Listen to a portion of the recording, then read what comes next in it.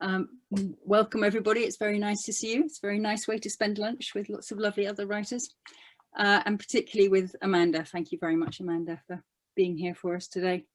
And I'm going to pin Amanda so that I can, there you go. Disappearing. Got you pinned now. Skewer me, yeah. Yes, this is not a metaphor for the rest of the interview. Amanda, congratulations on Black Narcissus, which I've already had a sneak preview, but I know we're all really looking forward to it. It just looks fantastic. You've got a great cast and it's very exciting.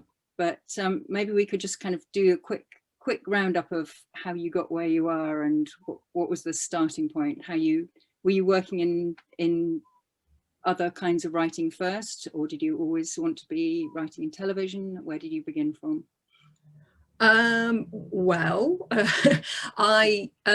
went to the National Film School and did their screenwriting course. I wrote short stories. I'd submitted short stories as part of I hadn't published anything, but I submitted some short stories as my writing sample for the National Film and TV School, and got on their screenwriting course this is a very long time ago. and got an agent out of that, and quite quickly started working in TV. And I've always tried to run, with varying success, a mixed economy of writing prose at the same time as writing screenplays. And so I write novels as well as screenplays. Yeah. So I think that's a really interesting thing, because you've done now quite a few adaptations. You did Room at the Top, which was wonderful, Apple Tree Yard, but you've also done quite a lot of real life stories, Christine Keeler quite recently. So should we just talk a bit first about what makes you choose one story over another? What makes you think, oh, this would be a great adaptation? I think it's partly liking to have quite a lot of variety, which feels kind of like luxurious, to be able to choose stuff that feels that it's in a different kind of world or asks a different kind of question.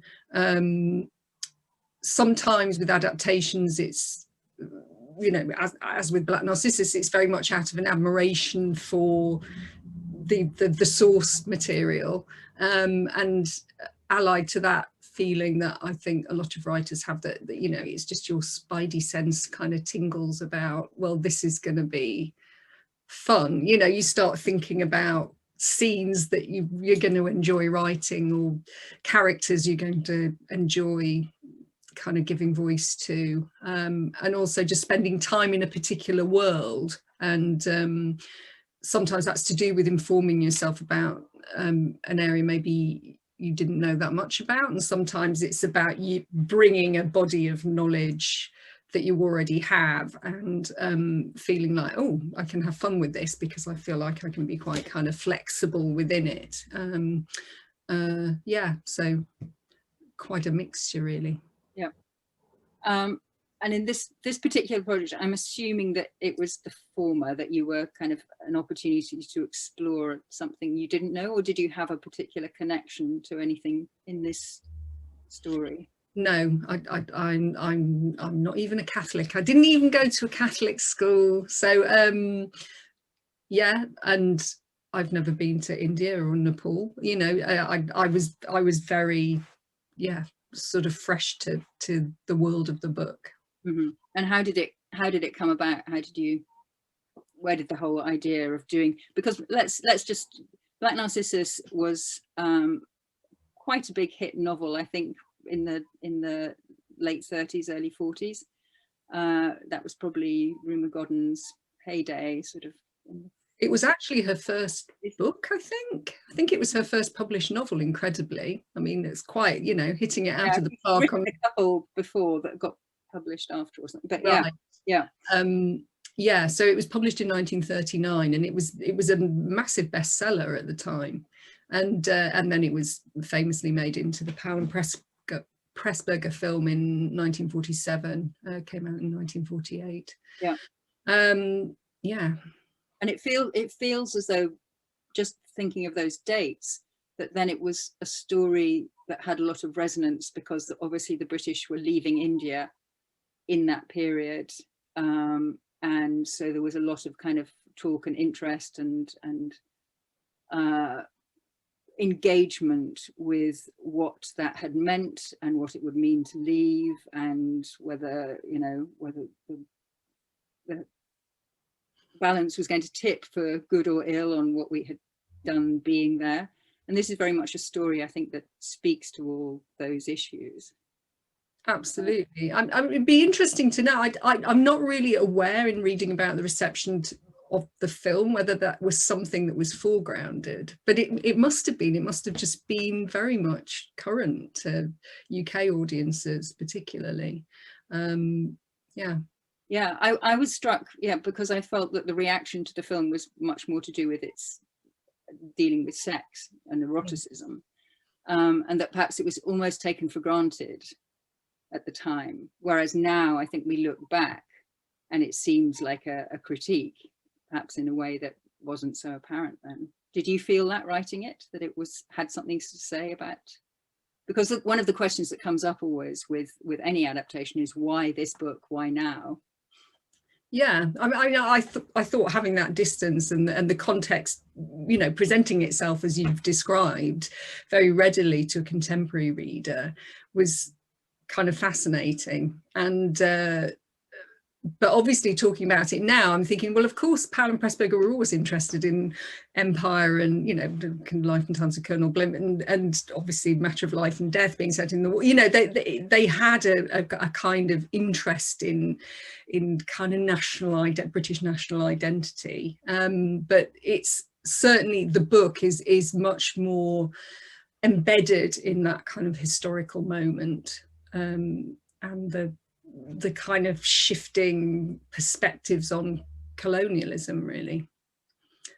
What do you think? So what do you need to do to research beyond the book, or did you feel that the book itself gave you most of the information you needed?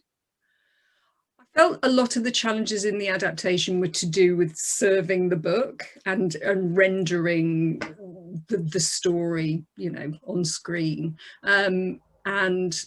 and then obviously then it kind of amplifies outwards, so you have to kind of do some reading around and digging about the context and the kind of the texture of, you know, what in the book is very it's a very compressed read. It's a bit like a screenplay. In fact, it's like that thing that you know, you've got the kind of glaze, the iceberg below the surface, and you're just seeing the tip of it. So in a way, it was kind of retrofitting and trying to get more information about that world, the place where it's set, which is kept very ambiguous, which is part of the point that the book's making, that this isn't a nation state, you know, that this is a place that's defined by a lot of different people and not exactly owned by anyone. But obviously in rendering it, you have to put it somewhere specific, and in terms of shooting, we had to find a location that was specific, and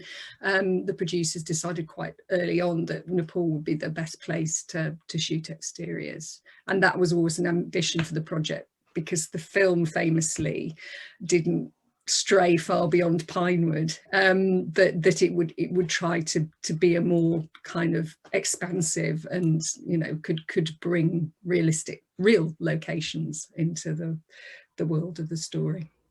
Yeah, I think, well, perhaps you could just give us a very brief kind of outline of what the story is, just for anyone who hasn't seen the film or read the book. So it's set in the 1930s, and it's about a group of, in the book it's Anglican nuns, we've made them more specifically Anglo-Catholic, an order of who are an English order of nuns who have branches throughout the empire, and Sister Clodagh, who's just been appointed the youngest sister superior in the order, heads a mission up to this place called Mopu, because the order has been donated an abandoned palace to set up a school up in the mountains, up in the Himalayas. And we know that an order of German teaching brothers had recently, he'd donated the palace on similar terms to them recently, and that it hasn't turned out well, and we don't know why. And the troop of nuns go up to take on this challenge, and it all goes wrong. Yeah. And as you said, the book sort of does read a little bit like a screenplay, particularly strikingly in that there are a great many scenes. So whereas with some adaptations, the challenge is you have characters or internal thoughts and you have to make them concrete. With this, it feels like you were very much working with the novel. So did you feel, I mean, compared to other adaptations that you've done, do you have any kind of rules or ways of behaving, of thinking, this I can take from the novel, this I need to invent? How does it work for you in general, and in particular for this book? I think it's right. I think it does proceed by scenes. Yeah, I think my rule with adaptations is, if it isn't broke, don't break it. So if there's a fantastic scene, then try and render that. But obviously you have to kind of make it more dramatic. And with Black Narcissus, because it does have this kind of lapidary quality, that it moves from scene to scene, but the kind of connective tissue, there's an authorial voice which kind of ties it all together, which is, it's kind of roaming POV, but it's very linked to Clodagh. It's clearly Clodagh's story, and the other stories kind of amplify it, but you can quite readily move into other characters. So it's a kind of a deceptive gift, as is often the way with sources that you're adapting, because in some ways the kind of the thankless work, or the harder work is making it flow as a drama, so that you feel that it's moving from one scene to another and building. I mean, the book builds very beautifully, and it does have this, I really admire its kind of propulsive quality, but a lot of it is to do with this apparent simplicity of telling you at the beginning that this is the way it's going to be, and this is kind of preordained, and you know that you're working towards some impending disaster. It excites the expectation of that, and obviously drama proceeds by slightly different means, so you have to kind of disguise your hand a bit, I think, when you come to write a screenplay. Yeah, and I think one of the things that's a little different in this adaptation, both from the book and from the film, is that it feels more distinctly a ghost story. And is that a question of genre for you? Is that, what was the decision about that particular emphasis? That was a decision that was taken quite early on in the, sorry, I'm gonna have to have a sip of water. Excuse me. A decision that was quite early on in the commissioning process. So the DNA, the production company, one of the directors of DNA is the producer, Andrew MacDonald, who's Emmerich Pressburger's grandson. So he had a kind of heritage connection to the material, and I think had done a kind of, very resourceful job of getting hold of the rights, because I don't think it was an easy thing. So DNA had taken, this was before I was on board, had taken it to the BBC, and a particular commissioner at the BBC who loved the film and really liked the idea of it as a ghost story, slightly amping up that aspect of it. And that was something that we talked about quite a lot, because obviously it's not just a ghost story, it's one of the subtle beauties of the book is it plays with different genres and subverts them all the way through.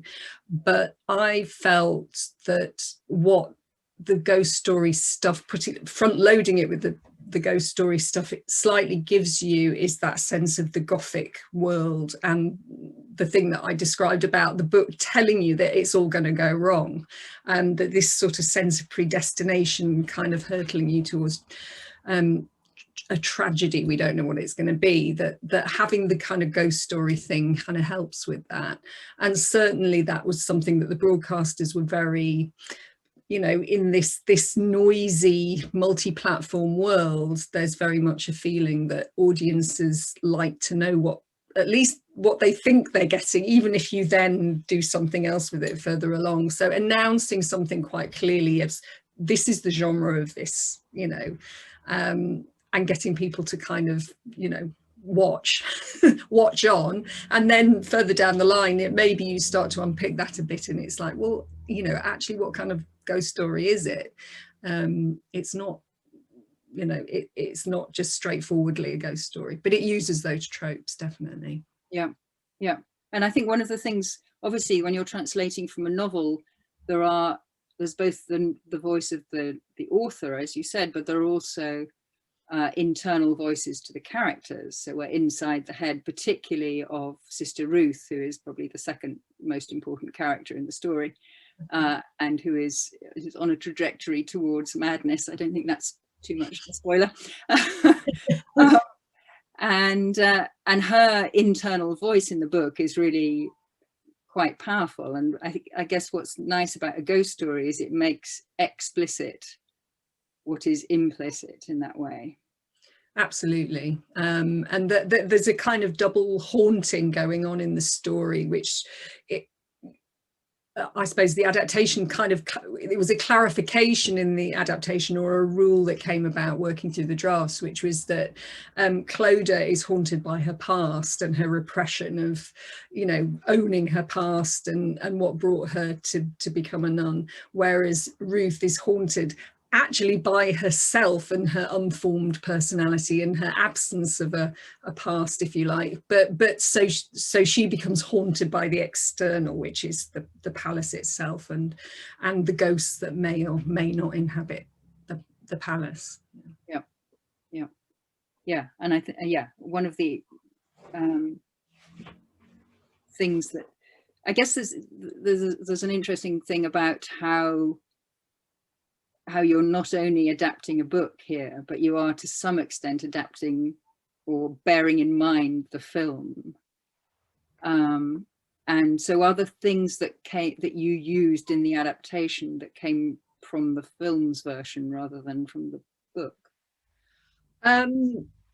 Yeah, there's the you know, the rather famous sequence in the film when Ruth decides not to, well, this is going to be another spoiler, takes a radical decision about her religious calling, yeah. and changes her clothes, and she puts on lipstick, which is definitely not in the book, and that was something we all agreed, you know, it's such a kind of amazing image in the film. There are some key images in the film because the cinematography of the film is so kind of indelible and exquisite, that it would be a real shame not to have. But I think, yes, it always felt like a conversation with the film, but with the book as the primary source. And often with the film, it was kind of an argument with the film of the things that now don't really kind of, you know, sort of work, or that we felt like, well, we could, you know, we get another opportunity to tell aspects of the story. I mean, one of the things now that strikes you, and I have to say that when I saw the film as a child, I didn't even notice it, but there are all these white actors pretending to be Indians. Yes, which is really shocking. There's one ethnic Indian actor in the whole film, a speaker who has a speaking part. It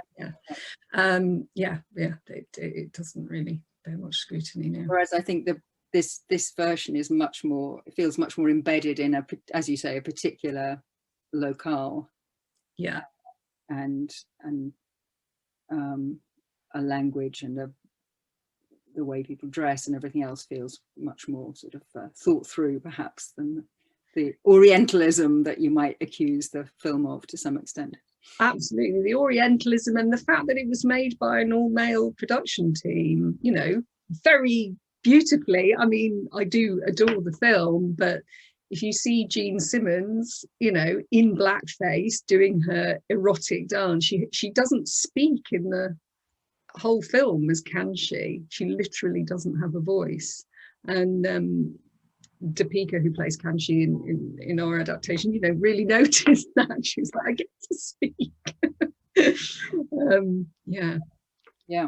Yeah, so that's, I mean, that's another thing that's very striking about that. It is not just a couple of great female parts, but it's basically a story about a group of women, and a lot of it is about that dynamic of women. And just looking at your body of work, there's a lot of female-centered work. And do you think that makes a difference, that you were A, that you were chosen in the first place, and B, that you have something specific to say, you know, writing as a woman about a bunch of women? Yeah, I think that there's probably an optics that goes on about, which I'm sure you have, Olivia, that if it's a female-centered story, then you know, they look for a woman. Yeah, look for a woman.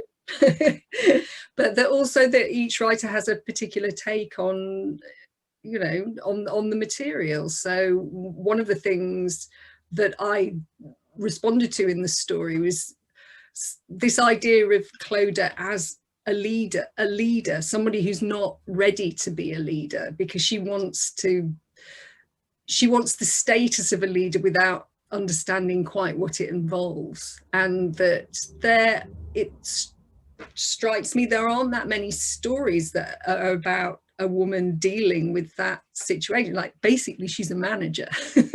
I mean, you get it in kind of crime shows where, you know, it's the woman coming into the you know, new precinct and kind of, you know, investigating a crime. But I like that idea of an all-female community as well, and how those kind of dynamics can work. I mean, you know, as it transpires in the most melodramatic way, but I think there's something quite truthful and acute about all the relationships in the book, and obviously the religious aspect and why people choose to live in enclosed communities. And I know when Charlotta, the director, came on board, something she really loved was this idea of, you know, people now really responding to the idea of self-denial in various kind of, you know, Instagram friendly ways, that a lot of the behaviors, the sort of self-punishing behaviors that are embedded in the religious practices, but that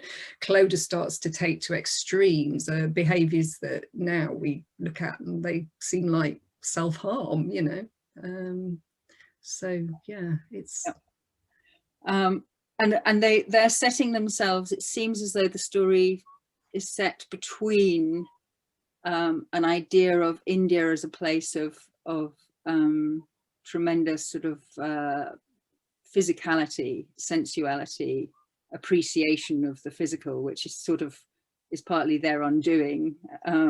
But on the other hand, there's this figure of the holy man, who is completely ascetic, much more than they are, much more extreme than they are. So they can't find a place in the middle. Was that what you were dealing with, I think? Yes, I obviously I had to sort of read quite a lot about being a nun and what what that involved and the practices of that, and also the beliefs behind that. But also I read quite a bit around both Hinduism and around Buddhism, which the holy man is a Buddhist, and this notion of Buddhism that you know, the transcendent is beyond anything binary. And I think, you know, that's the thing that's very clever about the book. It's not actually the Orientalist, you know, these spiritual women against these kind of bodily sexualized natives. It's actually looking at that imposed contrast and saying this is where binary positions get you. This is where, you know, both extreme self-denial, you know, for the wrong reasons, and unbridled passion, you know, or, you know, how allied, how we often organize our emotional lives through the binary and our political lives, and it doesn't you know, it leads to madness.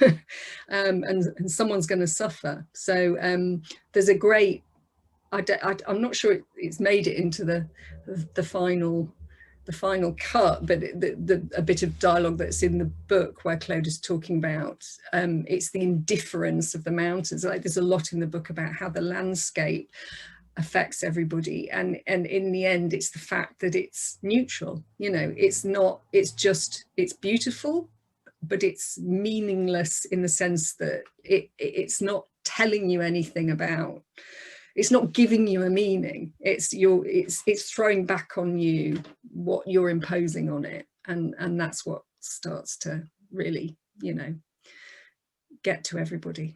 Yeah, Sister Philippa, I think, says we can see too far here, Mm-hmm. which is, yeah, again, seems at that sense of the landscape reflecting back and exposing, yeah, the fragility of being human. Absolutely. And the absence of a horizon, you know, that sense that it's unboundaried, and that they're all looking to constrain themselves, to constrain the pupils at the school, to impose all these rules. And that, I guess we could talk a bit about Mr. Dean as well, and how he, you know, because he claims to be very, I always think of Mr. Dean as kind of proto-hippie, you know, that he's gone out to do this job, but that Claude does in this version take him on and say, you know, you pretend to do, you know, you pretend that you understand it all, but actually you have all the advantages of, you know, it's a more buried piece of dialogue than this, but she says, you know, you have all the advantages of being a colonialist, but you like kind of sort of pissing outside the tent kind of thing. Yeah. Mm. Yeah. Yeah, because he is the representative. He's not the representative of the British government. He's the representative of the local Indian general in this case, but prince effectively of the region. Yeah, I think is quite an interesting separation of, we never see anybody who directly represents British colonial interest. Absolutely, and that's always there in the book, this sense of you never quite get to the, you know, the source of the real oppression or the real power, or it's very clever in that way. It's kind of occlusions and sidesteppings, and yeah. And Mr. Dean, who's played by the lovely Alexander Alessandro. Yeah.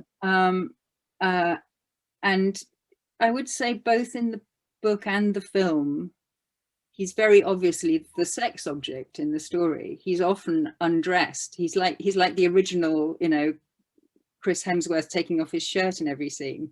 He's constantly underdressed, wearing his shorts and his, you know, and the nuns are all in palpitations over him. They are.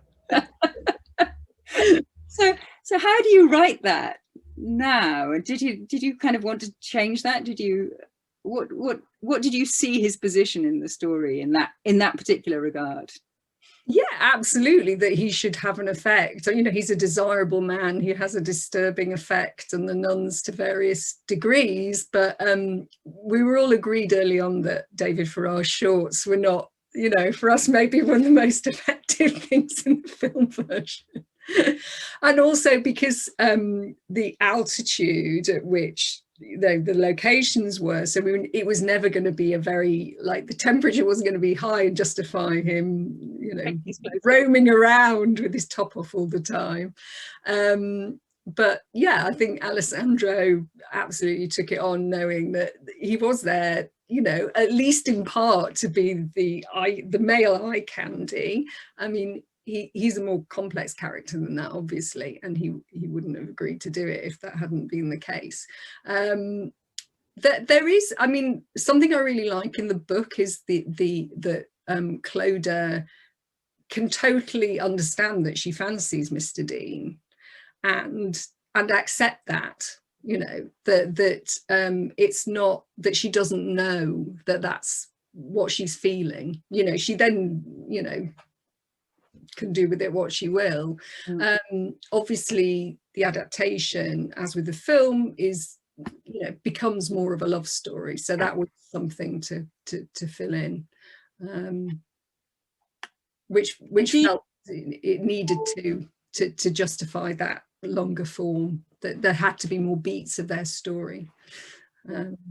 And was there anything you felt you needed to defend in the book, that people were going, oh, you know, they should have sex, I don't know, whatever, you know, were there any kind of areas where you were like, really, I think this has to be the way we go, or was it? Yeah, I think there was a bit of back and forth about, well, can't we at least, you know, can't they at least have a little snog, or, you know, and I think that tied into you know, that sense of foregrounding what the rules are when you're a nun, you know, that what is a really very big transgression, and that that it shouldn't be that this is something that Clodagh hasn't considered, or, you know, that when you're a novice or whatever, that you're not made aware that there are, you know, that the vow chastity, you know, really means that, you know, and that includes, you know, first base. And also, I have to say, I find, you know, nothing more kind of erotic on screen than unresolved sexual chemistry, and that felt like, you know, great to kind of have lots of scenes where you're wanting them to get together, and they don't, because we all know as soon as they get together, then that's gone. So yeah, absolutely. You're credited as an executive producer on the show, so what did that mean in this case? It meant being, you know, particularly involved with the casting process, and discussions about aspects, you know, production aspects in pre-production, and then in post-production being very involved with giving notes in the edit, seeing all the various versions, which is something that both ends I do really enjoy that, and feel it's really crucial if you get that opportunity to, because I think the executive producer credit for screenwriters can sometimes be seen as a courtesy title, so I do, when I take projects on when I haven't worked with the producers, like to foreground, like, this is what I like to do as an executive producer. For me, it's not just a courtesy title. I do like to really be involved in these stages, not just because I enjoy it, but because I think I make quite a useful contribution, without being heavy-handed. It's not like I'm sitting in the edit going, no, do this, do that, you know, but just because nobody knows the scripts as well as you do, I find the editing process particularly well, it's just fascinating. I mean, it's you know, apart from anything else, I think it teaches you a lot as a writer to sit in the edit, and I wish all writers could do that, because you just I agree. Yeah, it's the best possible school. Yeah. And so, yeah, let's talk a little bit about your director, who is, I mean, really interesting in that she's a very experienced cinematographer. This is her first proper directing gig. Yeah, so Charlotte Bruce Christensen, who's Danish, who's, yeah, a wonderful cinematographer who shot the adaptation as well as directing it, is a bit of a superwoman, clearly. I mean, her work rate was extraordinary to be doing both anyway, and for it to be her first directing gig. And she was just unflagging and determined, and got everybody up a mountain, and, you know, got them back down again. And yeah. And did you work much with her on the script? Yeah, we worked a fair bit on the script. She came on quite late because we had quite a specific shooting window because of Nepal and the rainy season, and the nobody wanted to kind of have to go another year to shoot, you know, we just had a time slot. So I'd actually, in pre-production, there had been another director attached who I'd worked with on the script to a certain extent, and then that director had to leave the project because they got a film, and then Charlotta came on board. So she, you know, there wasn't, as is often the way, there just wasn't enough time. Really, I mean, it was really hard for her, I think, to be doing both and to be working with a writer, which she'd never worked with a writer before, and also quite a kind of grumpy, opinionated writer who was like, you know, I obviously by that stage I'd written lots of drafts of the script, so a lot of our conversations were to do with trying to unpick thought process, because of course, because there's a book, she went back to the book, so she'd kind of come in going, can we have this bit from the book? And sometimes the answer was, yeah, great, let's put that in. And sometimes it was like, well, no, we can't really, because that just doesn't work with the story. Or, you know, I think she was very, she shoots in a very story orientated way. So that was really helpful. Yeah, brilliant. So just got a question from Tom Wentworth for you, which is, Amanda, how does writing novels yourself shape the way you adapt other people's books? Oh, that is a good question, and I don't know. I think maybe in some ways it makes, I don't know whether this is true or not. Does it make me more, I was going to say it makes me a bit more ruthless about getting rid of things that I think aren't working particularly well. But on the other hand, I do feel protective of the things that work really well, you know, knowing from both sides how hard it is. It's just hard, isn't it? It's hard writing and it's hard making something good. And but yeah, I would say it's almost a reciprocal, do I mean reciprocal or commutative thing, that actually it's going back the other way, that it helps your books. Yeah. Right. Yeah. And you haven't adapted your own work? Yeah. No, because the way it changes the books is the things that I choose to write as novels are, you know, I'm very conscious of it as a form, and I'm not, if I thought it would work as a screenplay, I'd write it as a screenplay. So it's very much embedded in the language and the form of the novel.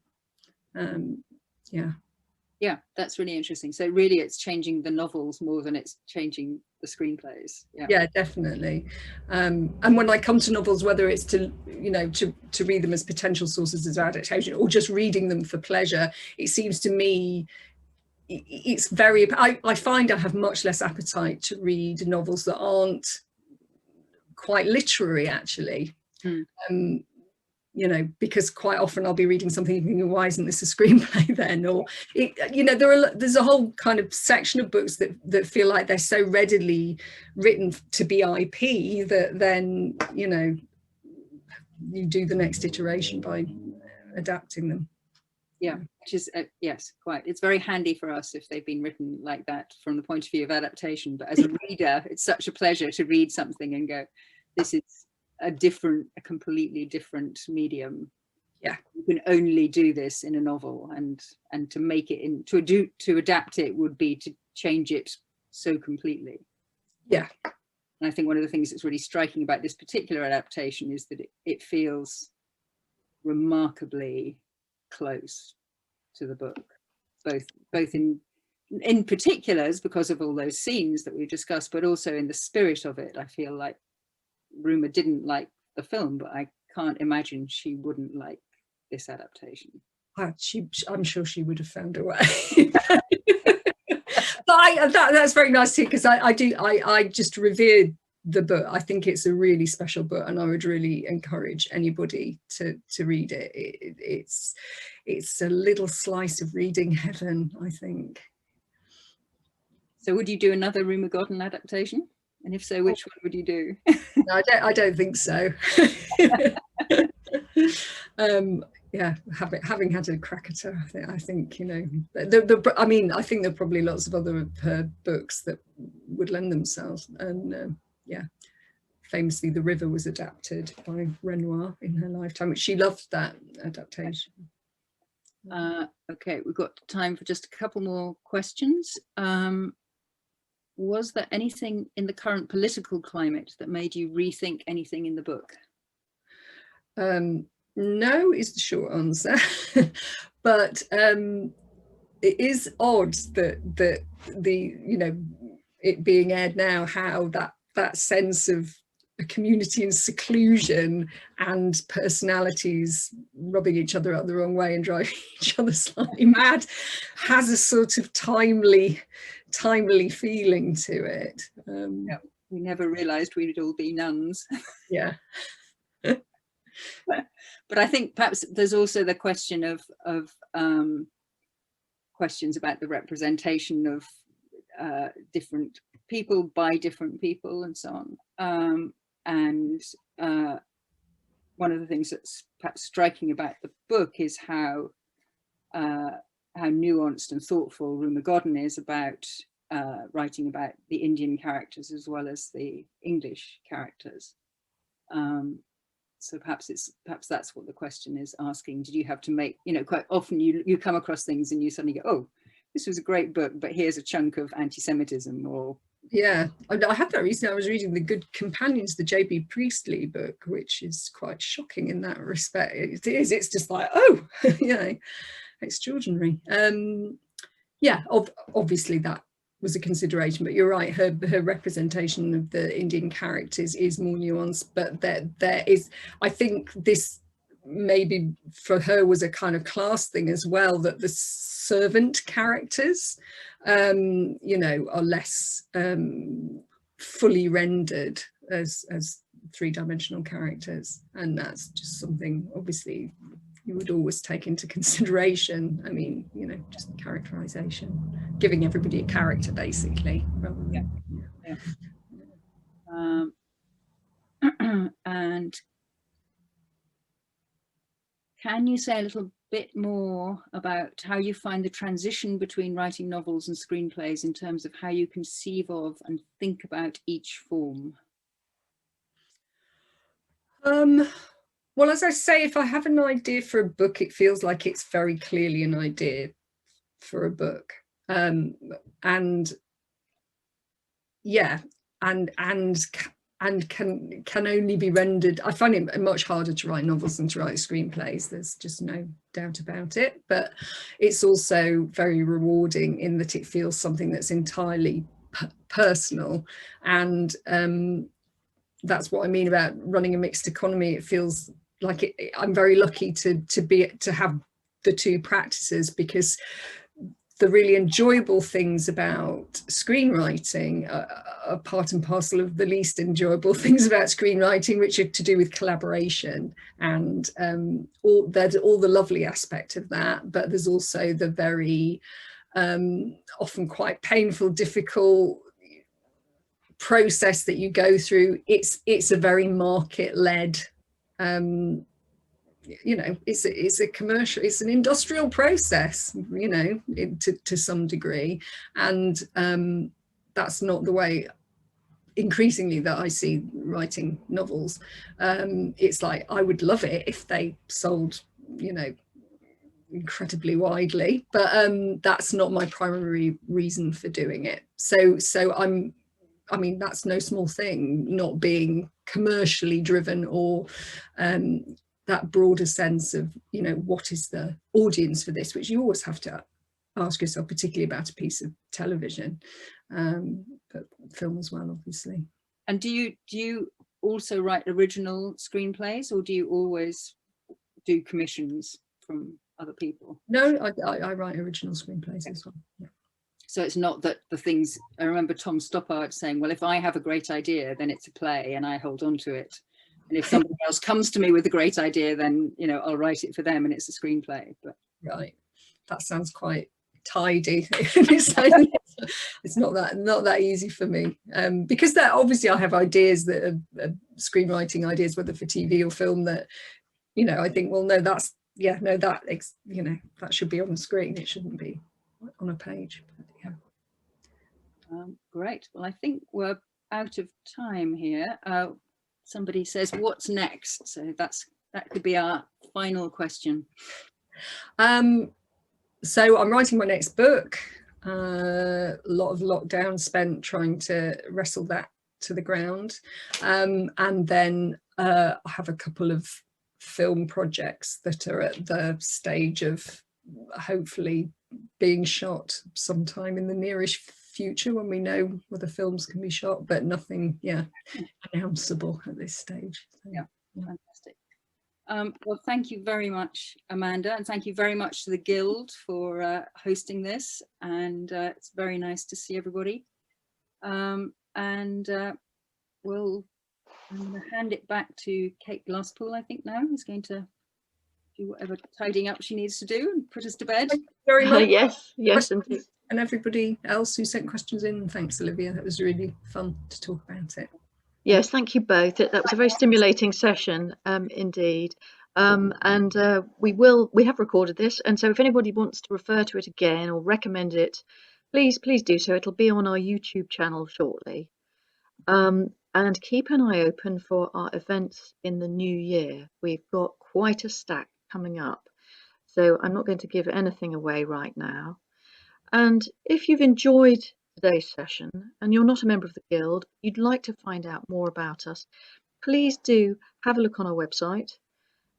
We welcome everyone here. You don't have to be a professional writer. We have plenty of students and emerging writers and people who've changed career. But it is, of course, wonderful to hear from Amanda and Olivia, two fellow adapters in their field, and great to hear from you professionals. So until next time, thank you, everybody. Bye-bye, take care, and we hope you have a restful break over Christmas. Bye-bye. And Black Narcissus is on the 27th, 28th, 29th? It is. Yes, I should have. I'm sorry for not getting that plug in there. Yes. Thank you. All right then. Bye-bye, everybody.